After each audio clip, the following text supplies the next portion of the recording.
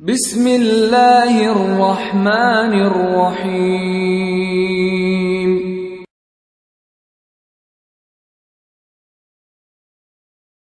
ولتكن منكم أمة يدعون إلى الخير ويأمرون بالمعروف وينهون عن المنكر وأولئك هم المفلحون.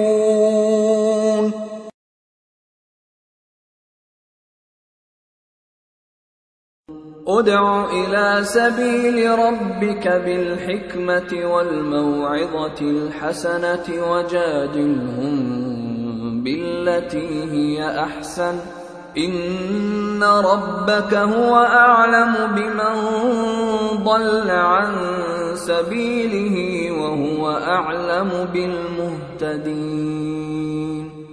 لبيك إسلامي لبيك لبيك قرآني لبيك. الحمد لله رب العالمين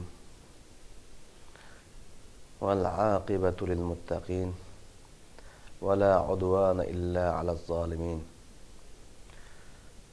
أشهد أن لا إله إلا الله وأشهد أن محمدا عبده ورسوله صلوات الله وسلامه عليه وعلى آله وأصحابه أجمعين ومن تبعهم بإحسان إلى يوم الدين. أما بعد. Aziz televiziya ko'ruvchi mehmonlarimiz, do'stlarimiz,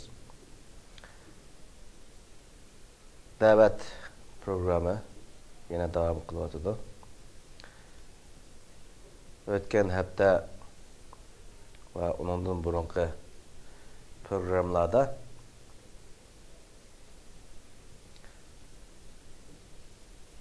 o'tgan qatimqi programmalarda da'vatchining sifatlari to'g'risida to'xtalib, ya'ni da'vatchi qanday inson bo'lsa, loyiq bo'lganligi to'g'risida so'z qilib, da'vatchining muxlis, ixlosmand bo'lishi, da'vatchining ilmlik bo'lishi, da'vatchining farosat egasi bo'lishi o'xshagan bir qanchalig'an mavzularda biz bir darajada to'xtalib o'tgan edik. Bugun yana da'vatchining sifati to'g'risida ozgina to'xtalib o'tamiz inshaalloh subhanahu va taolo. Da'vatchi haqiqiy da'vatchi bo'lishi uchun, da'vatining natijalik bo'lishi uchun sabrlik bo'lishi lozim. Sabrjonlik o kishining asosiy sifati va yoki shaxsiyati bo'lishi lozim. Faqatlam ilmlik bo'lishi, basiratlik va yoki farosatlik bo'lishi, ixlosmand bo'lishi yetmaydi. Chunki bu da'vat, islom da'vati undaq osonlam qilib o'tib keladigan bir da'vat emas. Tarixdan beri Nuh alayhissalatu vassalamdan tortib hozirga qadar bo'lgan bütün da'vatlarda da'vat qilguvchilarga, da'vat qilinganlar tarafidan qandaq aziyatlarning kelganligini biz o'qiymiz. Mayli Qur'on Karimda bo'lsin, mayli hadis shariflarda bo'lsin. Onun için ilim ve basirat da'vatchining ustiga vacip bir sifat bo'lgan bo'lsa, sabr qilish o da'vatchininki ozuqi ve o da'vatchining quroli bo'ladi. Go'yo bir da'vatchi Yolga çıkan bir musafir. Musafir ozuqi bo'lmasa safarga chiqolmaydi. O ozuqi bo'lmay yo'lga chiqib qolgan bo'lsa, ozgina muddatda yo'lning yerimida qolib qoladi. Onun uchun da'vatchi sabrjon bo'lish lozim. Sabr o da'vatchining asosiy sifati bo'lish lozim. Ya'ni da'vatchi yana sabr da'vatchining quroli. Jihadga chiqqan kishi, urushga mangan kishi qo'liga qurol olmasdan jihadga chiqolmaydi. Jihad qilgan odam oldi bilan qo'liga qurol olish kerak. Jihadning adablarını bilish kerak. Jihad talab qiladigan fan usullarni bilish kerak. Aslında bo'lgan vaqtida o adam to'g'ri jihad qila oladi. Shuning uchun Alloh subhanahu va taolo va aiddu lahum mastata'tum min quwwa. Kafirlarga kuchingni yetgancha tayyorlik qilinglar degan. Shuni o'xshagan, ya'ni da'vatchimi yo'lga chiqqandan keyin jihadga atlangandan keyin o'zining yo'lini bir jihad deb hisoblab turib, onunğa qurallanish kerak. Onun quroli, da'vatchining quroli sabr. Shuning uchun bu sabr qilish va yoki sabrjonlik bo'lish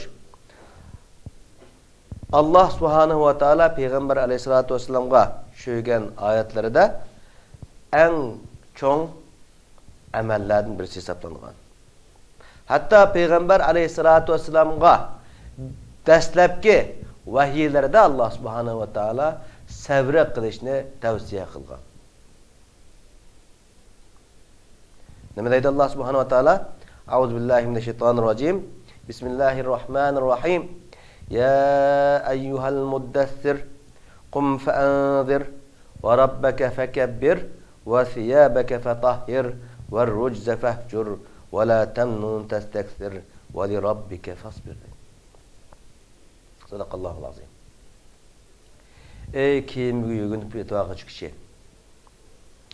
O'rningdan tur. Davetingni elib baq. Senin Parvardigarыңның ismini en yüksek makamga ko'targin. Kiyim-kechaklarni pakizligin. Butlarni tashlagin.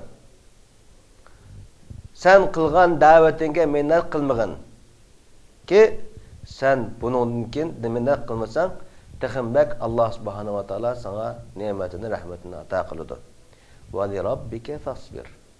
Ve Parvardigarın üçün Parvardigarınga sabr qilgin deydi. Yani nima demoqchi bo'ladi Alloh subhanahu va taolo? Alloh subhanahu va taolo boshda payg'ambar alayhisolatu vasallamga yani darhal qopab, o'rnidan turib da'vat qilishi lozim ekanligini, Alloh subhanahu va taoloning ismini eng yuksak maqomga ko'tarish payg'ambar alayhisolatu vasallamning vazifasi ekanligini ve bu vazife peygamberlerinin varisi bo'lgan da'vatchilar, olimlarning vazifasi ekanligini ve thiyabaka fatahhir ve kiyim-kechak musulmonninki o'ziga diqqat qilish lozim ekanligini, kiyim-kechaklarni nihoyatda yaxshi pokiz shaklda kiyishi lozim ekanligini buni ko'rsatdi. Butparastlikni, najosatlarni tashlatishni, unga yaqin kelmaslikni bunu talep kıldı. Ahirda vali rabbike fasbir. Yani Parvardigarınga sabr qilg'i deyishdiki maqsad, yani mushu ishlarning hammasi, yani da'vatning asosi o'ltiradigan makoni sabr degan gap. Yani da'vat qilish undaq asallam qiladigan ish emas, balki da'vat yo'li tikanlar etilgan chuqurlar qazilgan, echilgan, mo'shundaq pataqliq, o'nkuylar bilan to'lgan, tikanlar bilan bezatlangan bir yo'l ekanligini bu Alloh subhanahu va taolaning bu oyatidan ko'ra olamiz. Buning uchun da'vatchi her zaman sabır kılış lazım, sabırcan buluş lazım. Endi bu sabra to'g'risida gap qildik. Ya'ni da'vatchininki sabırcan buluş lazım. Sabır sifati o adamning shaxsiyatiga mujassamlanishi lazım dedik. Endi sabr nimadan iborat? Bunu bilishimiz lazım. Sabrning ma'nosi nima? Biz hozirga qadar sabrning ma'nosini, ya'ni umumiy xalq, amil xalq bo'lish sifatimiz bilan sabrini, ya'ni jafo va mushaqqatlarga chidash degan shaklda anglab keldik. Halbuki bizning islom tushunchimizda, musulmonlik tushunchimizdagi sabr bo'lsa, ya'ni bo'g'a kelgan aziyatlarga, jabr jafolarga chidab turib, elib mangan vazifani natijalantirish va oxir g'oyaga yetish degan gapdan iborat. Ya'ni sabr degan, ya'ni bir kachita bir enkanga usa, yeni bir enkanga tutib bergan va shunda qilib yashagan deganlik emas. Sabr qilish degan, ya'ni bir enkanga urgan bo'lsa, ikkinchi bir enkanga umaslik uchun sen kurash qilishing kerak degan bo'ldi. Payg'ambar alayhisolatu vasallamga shundaq aziyatlar qilindi. Shundaq kulfatlar keldi. Ammo Payg'ambar alayhisolatu vasallam men sabr qilaman, Alloh menga berdi deb beshini yegib o'tadimi? Albatta yo'q. Payg'ambar alayhisolatu vasallam Allah subhanahu wa ta'alaga ishonchisi bo'lganligi uchun, ya'ni butun kuchi bilan bu jabr jafoning yo'qolishi, bu aziyatlarning ko'tarilishi va musulmonlarning kofirlar ustidan g'alaba qilish uchun, ya'ni kurash qilib o'tdi. Kurash qildi.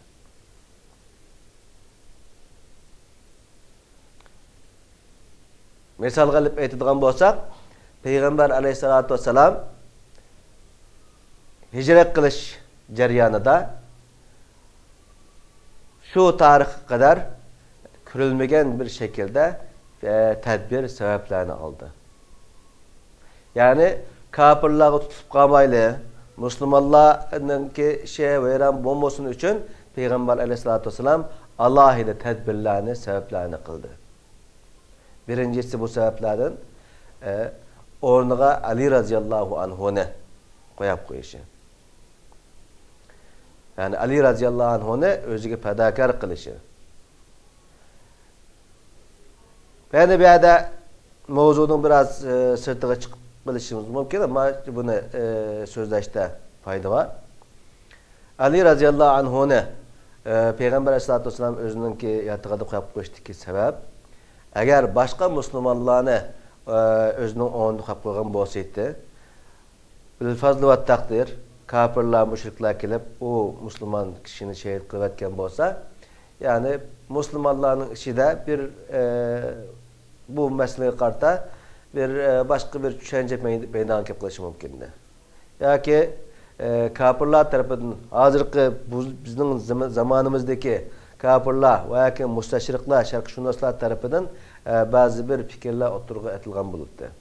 Amma Payg'ambar alayhisolatu vasallam o'zininki tog'asining o'g'li bo'lgan Ali radhiyallohu anhuni o'rniga yotqizib qo'yishi, ya'ni o'zining oilasidan fadokorlik ko'rsatib chiqqanligini buni ko'rsatdi. Ya'ni Payg'ambar alayhisolatu vasallam shunda shu tadbirlarning, olgan tadbirlarning birisi shu Ali radhiyallohu anhuni o'ziga qo'yish edi. Ikkinchidan Abu Bakr radhiyallohu anhuni o'zining xizmatiga silishi. Abu Bakr radhiyallohu anhuga ochiq gap qilmasdan belki-de ikki tane uloq tayyorlagan, safarga hozirlik qilgan deb qo'yishi. Undan keyin yo'lda Payg'ambar sollallohu alayhi vasallamning izlarini yo'qotish uchun bir sahabani, bir kishini qo'yib qo'yganligi Abu Bakr radhiyallohu anhuning qo'lini qo'yib qo'yganligi, Asma radhiyallohu anhaninki bu ishlarga alohida bitilganligi, Payg'ambar sollallohu alayhi vasallamninki aşında tanrının çoxusqa kirib, insanlar bir beriş imkaniyeti qiyin bo'lgan bir yerga bilib turishlar hammasi Peygamber Aleyhisselam'dan ki elib bağlan sebeplere ve tedbirlere. Yani Müslüman yani sabr qilmaz deb hech bir tedbirini almay, Müslüman kafirlardan keldigan aziyatlarga chidab o'tib ketishdan iborat emas bu sabrining ma'nosi. Sabrining ma'nosi sana keldigan aziyatlarning oldini olish, agar aziyat kelib qolgan bo'lsa, bu aziyatni tugutishning chorasini izlash degan bo'ladi.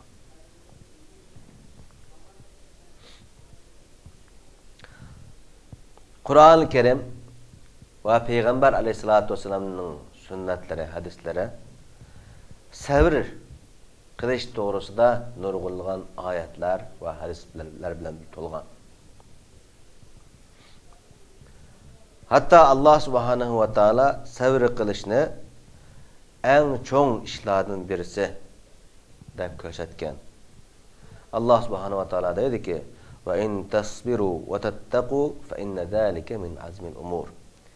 Eğer sizlar sabr qilsanglar ve Allah Subhanahu ve Taala'ga taqvodorlik qilsanglar, mas'uliyatinglarni tutsanglar, ashu sabr qilganlik ve mas'uliyatni tunganlik eng cho'ng ishlardan birisi, eng cho'ng ishlardandir degan Allah Subhanahu ve Taala. Yana Peygamber Allah Subhanahu ve Taala sabr qilishni peygamberlarning xislatlaridan va yoki peygamberlarning yo'llaridan birisi qilib ko'rsatdi Qur'on-i Karimda. Bunda deydi Allah Subhanahu ve Taala: "Va la nasbiranna ala ma adaytumuna." Yani peygamberlarninki shundaq o'rtaq şekilde yani sizlarning kafirlarga xitob qilib sizlarning bizni azab qilishinglarga biz sabr qilamiz, biz tikib mustahkam turamiz deganligini bizga Allah Subhanahu ve Taala Qur'on-i Karimda ko'rsatdi. Yani Allah Subhanahu ve Taala "Ve lemen sabara ve gafara inne zalika min azmil umur" dedi. Kim sabr qilsa ve aziyat qilsaganlarga olan affi qilsa inne zalika la min azmil umur.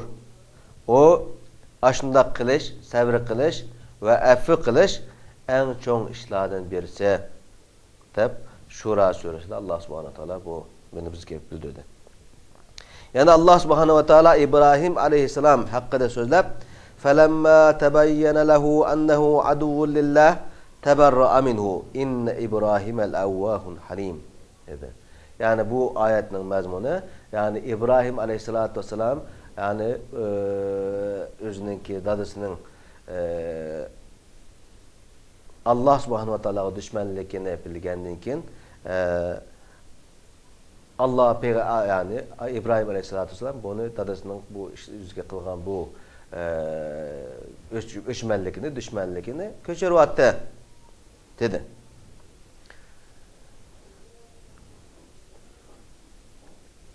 Alimlerimiz şunday deydi: "İndel ilme vel fiqh yekunani qabla da'va." İlim ve fıkıh yani ilimlik buluş ve fıkıh buluş, basiratlik buluş, farasatlik buluş davetin ilgiri bulduğun işler deydi.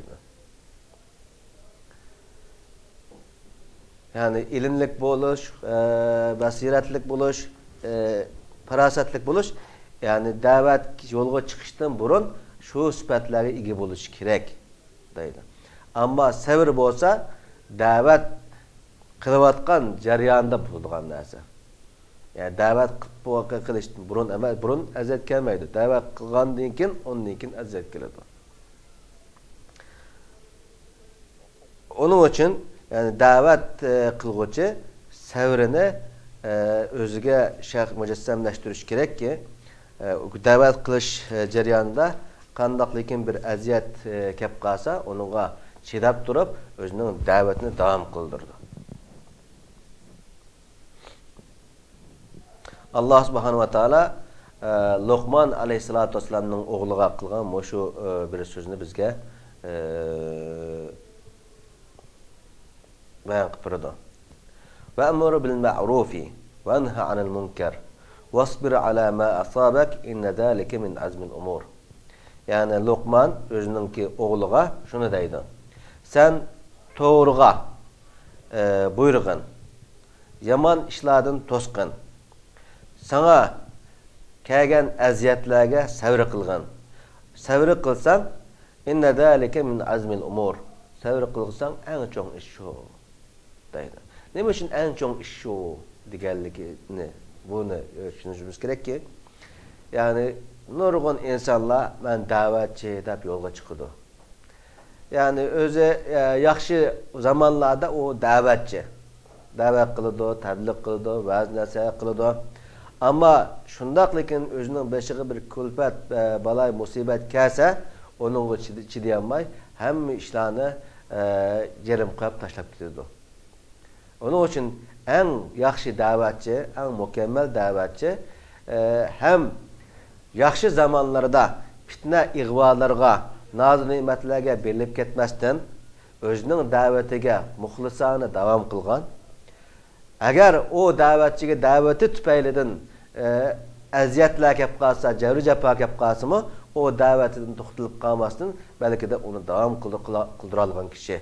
Bu haqiqiy da'vatchi bo'ladi. Aslında kılarsan onunki acı en çok işteydi. Çünkü nurgun insanlar bu işini kılanmaganlık için kılganlarınki işi en çok iş buldu. Yani Peygamber Aleyhisselatü Vesselam'a Allah Subhanahu ve Teala mındak dedi. Vasbir ala ma yekulune vehcuruhum hecran cemila. Ey Muhammed, olanın digenlerine, yani seni eyplab, seni tılgan, sana aziyet kılganlarına sen sabr kılgan ey Muhammed. Olanı taşıp etkin. Olanı çıralıq şekilde rədd kılgan, ona taşıp et. Özünün işine ravan bol, davetinge davam bol degen bu ayetini bizge Muzammil Suresi'de beyan qilib turdi.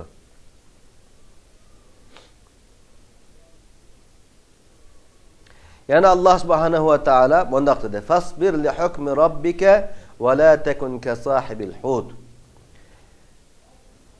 Ey Muhammed, sen Perverdigarının hükmüge sabr kılgın ve la tekun ka sahibil hud. Yunus Aleyhissalatu vesselam'a oxşaş bolmagın. Dep bu Yunus Aleyhissalatu vesselam'nın sabr kılanmaganlığı için sabr'den xali bo'lib qolgan bir zamanda özününki moşunda balay külpatlarga uçurganlıqını Peygamber Aleyhisselam'a bayan kıldı. Peygamber Aleyhisselatü Vesselam mu yani şunda savreden xali bo'lib qolsan, sen mu şunda jabr jafaga, balay musibatlarga uçrab qalasan, Allah Subhanahu ve Teala yaman aqibatlar bilan sinaydi seni deganligini ko'ralaymiz. Yani Allah Subhanahu ve Teala mundaq deydi: "Ve la tut'il kafirin vel munafiqin ve da'azahum ve tevekkil alallah ve kefa billahi vekila." Kafirlarga ve munafiqlarga sen ergeşmigin. Kafirlar ve munafiqlar özlerinin diniga, özlerinin tutkan yoluga seni kirgizishga tirishidi. Olarning yolunu sana, özlerinin yolunu sana tanıdı. Sen olarga qat'iy ergeşmigin, itaat kılmagın ve da azahum. Olar sana aziyet kılıdı. Bu doğruda sana cevriz japa salıdı. Seni tıllaydı. Seni kıyın kıstakka alıdı. Şundak boğa vaxtıda mı sen olarınki bu cevriz japalarga, aziyetlerge ve kıyın kıstaklarga sen kılmağın. Bununla çidap ketkeni Muhammed. Ve tevekkül alallah. Allah Subhanahu ve Teala ve tevekkül kılgın. Allah Subhanahu ve Teala ve kefa billahi vekila. En kefil bulgan, vekil bulduğun, iki çıkılgan zat bolsa Allah Subhanahu ve Teala dedi. Yani bunun manası imdi fi da'vatik. Davetinge man. Ve sabir fi tebliğik. Ve seninki tebliğinde, senin davetinde mustahkem tur. Allah Subhanahu ve Teala'ya tevekkül kılgın. Kafirlarning qilgan suiqastlariga, hili mekellarga, dushmanliklarga, munofiqlarningki aldashlariga sen qarab qo'ymagin. Ular qarab qaramagin. Wala tuksir ve la tekteris bi azahum. Olanınki aziyetleri bilen sen ayağını toxtup qalmagın veya ki sen qadamını eleştiğini taxtap qalmagın. Ve la tenşigil an da'vatike bi keydihin. Olanın hilim ekilleri bilen meşgul bolup davettiğinden sen meşgul bolma. Yani davettiğini taşlap koymagın. Bunun çıkılgan yine bir ders var ki, ibretlik bir ders. Yani günümüzde Müslümanlar nihayet addi bo'lgan ba'zi bir so'zlar haqida shuni bilan mashg'ul bo'lib ketadi. Parcha masalalar deymiz. Yani buni mayli Müslümanlardan yani ishlarning haqiqatini bilmagan cahil insanlar, belki de özünü alim deb hesaplaydigan ama cahil insanlarni o'tirib qo'ygan ba'zi masalalar var. Veya ki din düşmanları, İslam'a düşman bo'lgan kafirlar veya ki münafıklar tarafından etilgan bazı meseleler var. O meseleler ta sahabeler zamanında hazır kadar talışıp kelgan, bahs münazara qilib kelgan ama bir tarafga natijalanib chiqmagan meseleler. Şundak meseleler hakkında keçisini gündüzgü olap aşındaki cevru cefa kıldıgan insanlar var. Yani sen bu kafirlarınki hilin neyranlara, hilim ekiller buluşu mümkün. Sen bundan işler bilen meşgul olmay, ana işin bilen meşgul olgan. Senin ana asası işin olsa Allah subhanahu wa ta'ala'nınki sözüne başkalarına yetkizmiş, Allah subhanahu wa ta'ala'nın dinini tebliğ kılışın ibaret demekçi ben. Yani sabrının manası, ikinci bir manası, qilgan aziyatga intiqom olmaslik. Qilgan aziyatga intiqom olmaslik. Da'vatchi o'zininki bu da'vatini o'zining shaxsiy bir holatiga, bir vaziyatiga o'zgartib olsa, bu vaqtda bu inson o'z qalbidan chiqib ketadi. Biz başta dedik, sabrining ma'nosi qilgan aziyatlarga chidab turib, kelgusida o aziyatlarning bo'lmasligi uchun tirishish va yoki kurash qilish dedik. Qilgan aziyatlarga intiqom olish uchun kurash qilish emas. Sen intiqom aqsidan mangadigan bo'lsang, o vaqtda yo'lingni ezib ketgan bo'lasan. Intiqom olmasligi uchun, intiqomchi bir da'vatchi bo'lmasligi uchun Allah subhanahu wa ta'ala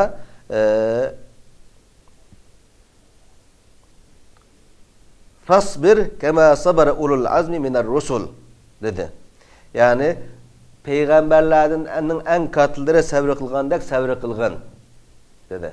Yani o peygamberlerden en katılları ulugları yani kılgan aziyetlerine intikam almaydı. Belki de kılgan aziyetlerine ne affi kılattı, keçirip ötetti.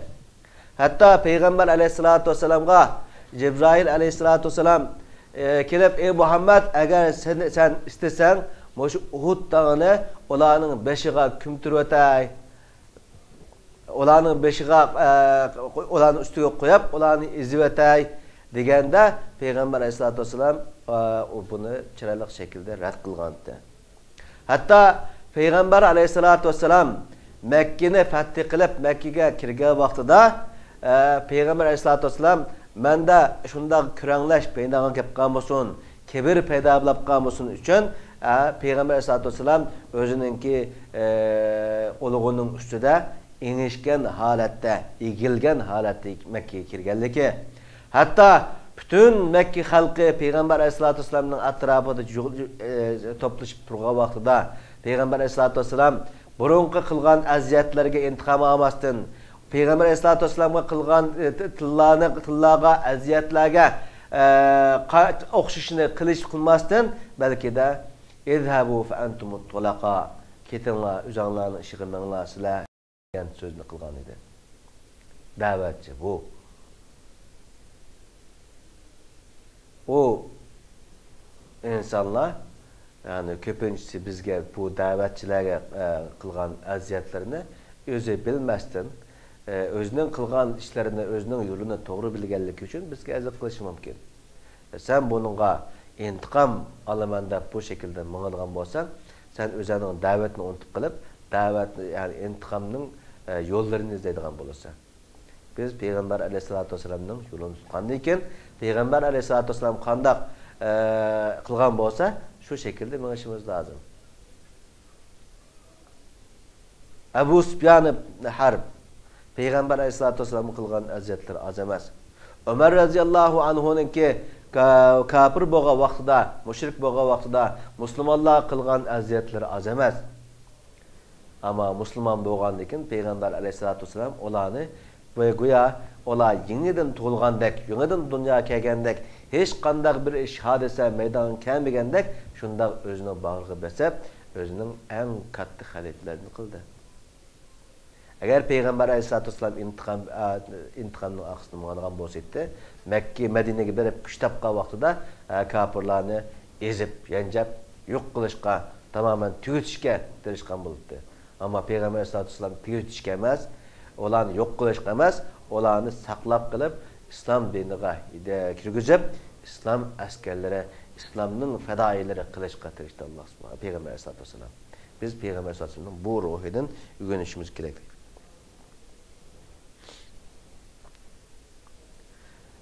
Sabr başka bir narsani bilib keladi. Sabr qilgan kishi marhamatlik, shafqatlik bo'lishi kerak. Afijan, keng qo'saq bo'ladi. Da'vat qilgan kishiga insonlar har xil gaplarni qiladi. Eng oldida da'vat qiluvchining so'ziga diqqat qiladi insonlar. Shunda bir xato gap qilsa, yoki gapini to'g'ri qilolmay insonlar tushunadigan shaklda qilolmay qolsa, va yoki to'g'ri qilgan bo'lsa-mu, insonlar tushunadigan shaklda ochiq so'z qilgan bo'lsa-mu, ba'zi bir yomon niyatli insonlarningki xato tushunchani o'ttirib etish bilan, ya'ni nurg'un hatto o'ziningki yaqinlarininmi balki de aziyat ko'rishi mumkin. Belki de yaqinlarimi o kishiga aziyat qilishi mumkin. Ashunlarga keng qo'saq bo'lgan vaqtida men da'vat qilyapman. Da'vat meningki asosiy vazifam deb tungan kishi oldi bilan, ya'ni o'ziningki yaqinlaridan aziyat ko'rdiganligi, o'zining xalqidan aziyat ko'rdiganligini buni bilishi lozim. Shunga bilgandan keyin onunga keng qo'saq bo'ladi, afkar bo'ladi. Peygamber Aleyhissalatu vesselam'ningki innahum qavmun la ya'lamun. O benim qavmim bo'lsa, ular bilmay qilyotdi bu ishlarni. Ular jahil holatida qilyotdi. Ey Alloh, bularni hidoyatga solg'in degan bunday so'zlari bizga ulgu bo'lishi lozim. Ikkinchisi sabr. Biz başlagandak intiqam bo'lmagandek yana o'zining dushmanini tillamaslikqa ilib bordi. Qur'oni Karimda sizlar mushriklarni, kafirlarni tillamanglar. Ular sizlar unda tillasanglar, ular sizlarning Parvardigoringlarni tillaydi. Ular bilmasdan tillaydi degan bunday oyati bor. Onun asosan da'vatchi o'zining og'zini ayeti tatliq şeker bo'lishi lozim. Qattiq gap qiladigan, ig'ir gap qiladigan, ishida tuz va yoki cheqib olish ehtimoli bor gaplarni qiladigan bunday bir kishi da'vatchi bo'lolmaydi. Shunga Alloh subhanahu va taolo in kunta fazzan ghalizal qalbi lam faddu min hawlik. Yani sen eğer dili qattiq, bağrı qattiq bir insan, dili qattiq bir insan bo'lgan bo'lsang, senin etrafında insanlar öküp ketken bo'ldi, tarab ketken bo'ldi degan oyat var bizga. Onun için yani sabri insonga shunda muloyimlikni, kamtarlikni, yumshoqlikni, keng qo'saqlikni talab qiladi.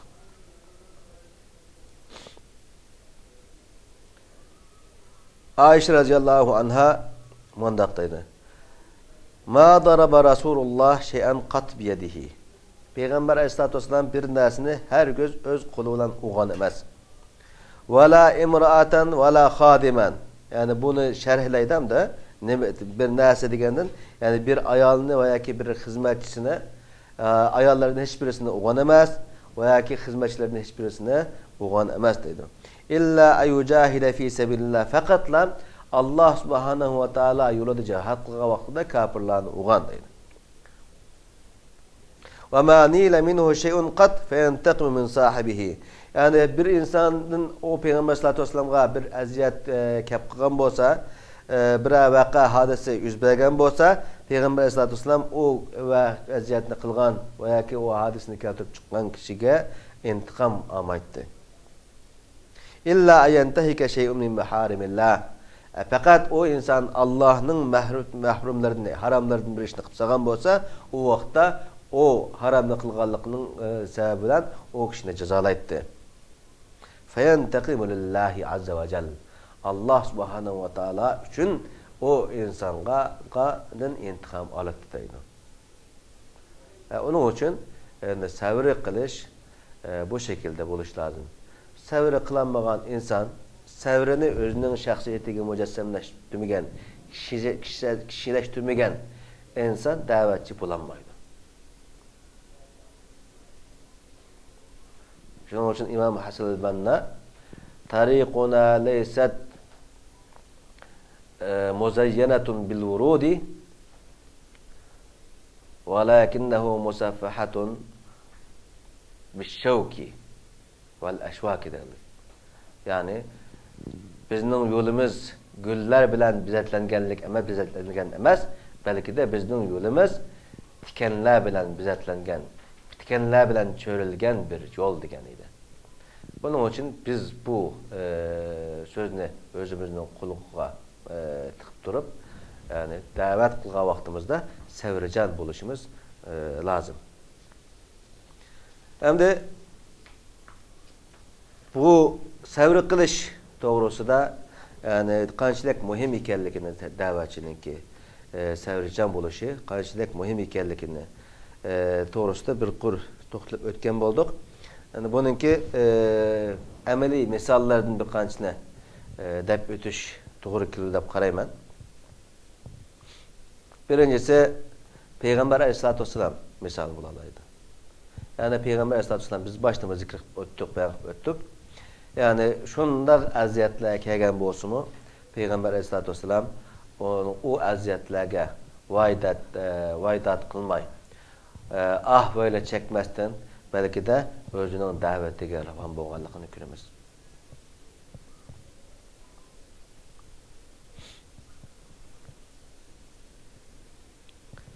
Yana ikincisi bo'lsa Nuh aleyhissalatu vesselam. Nuh aleyhissalatu vesselam dedi ki: "İnni da'awtu qavmi leyla ve nahara." degan bu ayetida yani Nuh aleyhissalatu vesselam kavmiga yani 900 yıl etrafında 950 yıl etrafında kavmini kecha gündüz hem aşkara hem mahfi şekilde davet qilib bakkanlığını, davetning bütün yollarını qilib bakkanlığını, ama o kavmininki bu davetga icabet keltirmaganligini Allah subhanahu wa ta'ala şikayet qilganligini aytdi. Yani biz hazırki biz davetçilerninki ömrü en çoğun olsa 80 yıl, 70 yıl şu etrafında bulundu. Bizninki 40 yıl yani 20 yıl ceryanında bizninki ömrümüz ötep gididemdi. Hem okuş bilen, hayatınki sergüzüşleri bilen ötep gidiş mümkün. Yani arada bir yarım ömrümüz kapkalıdı. Yarım ömrümüzde davet qilish jarayonimizda nurg'unlagan jafo mashaqqatlar, aziyatlar kep qilish mumkin. Bularga sabr qila olsak, ondan keyin biz Nuh aleyhissalatu vesselam'ninki yo'lini tutgan bo'lamiz. Nuh aleyhissalatu vesselam ashunday uzun yillar davet qilib bakkan edi. Ashulardan kelgan shunday aziyatlarga chidab turib ashunday qilgan. Biz musulmonlarmi, davetchilarmi Nuh alayhisolatu vasallamga o'xshash unda uzun muddatlik da'vat qilib berish imkoniyatimiz bo'lmasa-mu, qisqa muddatda biz keladigan jafo mushaqqatlarga chidab turib, elib borgan da'vatimizni davomlashtirishimiz lozim. Yana üçüncüsü bo'lsa Musa alayhisolatu vasallam. Yani Musa alayhisolatu vasallamni hammamiz bilgandek, aldı bilan Firavunninki zulmidan qandaq qutulganligini ve Firavun qandaq zulm qilganligini la usallibannahum fi juzu'an nakhl. Yani seni ve seninki agashgan kishilarni men daraxtning shoxlariga esib etaman. Deydigan boşunda zalim insandan çekken cevri cepalara bu yetmezden belki de Müslüman bulap boğandığın kin yani kavme kafir Firavun'un zulmünden ayrılıp boğandığın kin başka yerge yerleşip boğandığın kin Musa aleyhissalatu vesselam'a kandak aziyetlerini kılganlıkını bunu görürüz biz Kur'an-ı Kerim'de. İc'allahum kema lehum aliha. Yani Musa aleyhissalatu vesselam'ınki kavmi Firavun'un kurtulup bulup yana bir yerlere bağa vaxtida Musa aleyhissalatu vesselam'a dedi ki aşularınki ilahi boğandek bizgim moşunda butlardan ilahi hesap bergen Musa'da moşunda insanını yani sevrisini tüydüğün manda gaplarni kılgılgandı. Azgına bir müddet o kavmeden ayrılıp kalsa kep boğuçudaki bir mozayını yasap laydın bir mozayını yasap o mozayı ibadet kılıp ağırlıkları. Hatta Beytul Maqdis'e sila ilgilip durup secde kılgan halatı kiranılırsa Musa Aleyhisselam'ın tam taatüdük kepini kılıp işini kılıp yani yüzündeki oğlusuğa kirgenlikini. Bu rivayetler şu yani Peygamber Musa Aleyhisselatü Vesselam'ınki kandak aziyet çekkenlikini bu aziyetlerinki ki hemmizki sevri kılıp ahirda necat tapkanlıkını bunu gösteriyor. Aziyet pakatlam yani maddi aziyetler olmaydı. Aslında Musa Aleyhisselatü Vesselam'ın kavmi okşaş insanın sevrisini tamamen tüydüğün moşunda insanı saran kıvadıdığın manda işlemü ehvallarını yüz bürüdü davet yolunda. Aslında bunu alsak Musa Aleyhisselatü Vesselam'ın yolunu tutalsak onun için biz hakiki davetçi kulumuzdaydı. Şu Allah Subhanahu ve Teala ya eyyuhellezine amenu la tekunu kellezine âdev Musa feberra'ahu Allahu mimma qalu ve kana 'indallahi veciha degende yani bu Musa Aleyhisselatü Vesselam'ınki kavmin kandak aziyet kögerlikini bu ayetini kireleymiz. Yani Eyyub Aleyhisselatü Vesselam yani kandak aziyetlerini gördü. Belki de kavminin kömbigen aziyetlerini Allah Subhanahu ve Teala öz kudreti bilen onun üstüne sep koyup yani milletinin kavmininki onun seskindiğin haletke ekep koyganlıkını. Onun bir imtihan için davetçi şunda her zaman imtihanga tutulduğanlıkını gösteriş için Eyyub Aleyhisselatü Vesselam'ını bizge namune ülgü gösterkenliki. Dördüncüsü sahabeler. Peygamber Aleyhisselatü Vesselam'ın sahabeler kandak sevircan dikerlikini. Mus'ab radiyallahu anhu'nun kandak sevri kılganlıkını. Onun başka nurgulluğun sahabeler kandak cevri cepalarını beşini ötkezgenlikini. Yasir, Ammar İbni Yasir, Ammar radiyallahu anhu'nunki kandak cevri cepada mangallıkını. Özününki anası, dadası özünün közünün aldıda öldürülgen halette özünün dininde müstehkem tuğallıkını. Bilal radiyallahu anhu'nunki kandak aziyetlerini kögerlikini hemmini biz bilimiz. Bu davet yolunda kiladigan işler. Hazırki zamanda mı biz davet kılış jarayonimizda özümüzün etrafındaki insanlardan aziyet kürep kılışımız mümkün. Özümüzün yakınlarımızdan aziyet kürep kılışımız mümkün. Maddi aziyet bulmasını, kıynaydıgan manda şekilde kıyın kısda kaldığan aziyetler bulmasını gep sözler bilen aziyet kılışı, gep tepişler bilen fitne ihva tarqıtış arqılıq manda aziyetler kep kılışı mümkün. Biz turmulara kirip kılışımız mümkün. O turmularda kafirlar tarafından bizge her xil aziyetlerini cevri cepanı seriniş mümkün. Ama şularga hemmizki sevri qilib bu mening davetinin yolunda bulduğun işler bu normal işler degen köz qarashda maqsad inşallah bu davetimizni ahirlashtiramiz. Allah subhanahu wa ta'ala bizlarni savrlik qilsin. Davetimizga ega chiqadigan insonlarni qilsin. Davet yo'lida keladigan jafo mushaqqatlarga chidaydigan, davet yo'lida biz o'zimizning qarindoshlarimizdan, musulmonlardan kep qilgan ba'zi bir aziyatlarga biz sabr qiladigan, ularni afv qiladigan insonlarni qilsin. Bizni Allah subhanahu wa ta'ala yaxshi bandalardan qilsin. Yaxshi isloh qiluvchi da'vatlardan qilsin.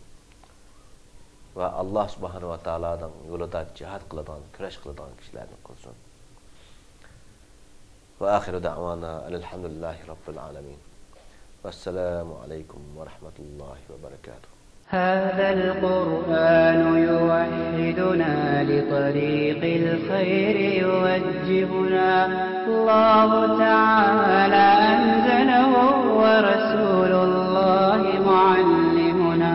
ورسول الله معلمنا هذا القرآن يوحدنا لطريق الخير يوجهنا الله تعالى أنزله ورسول الله معلمنا هذا القرآن هو الهادي لأوائلنا وأواخرنا يدعو للعلم وللعمل لا شيء سواه يهذبنا هذا القرآن هو الهادي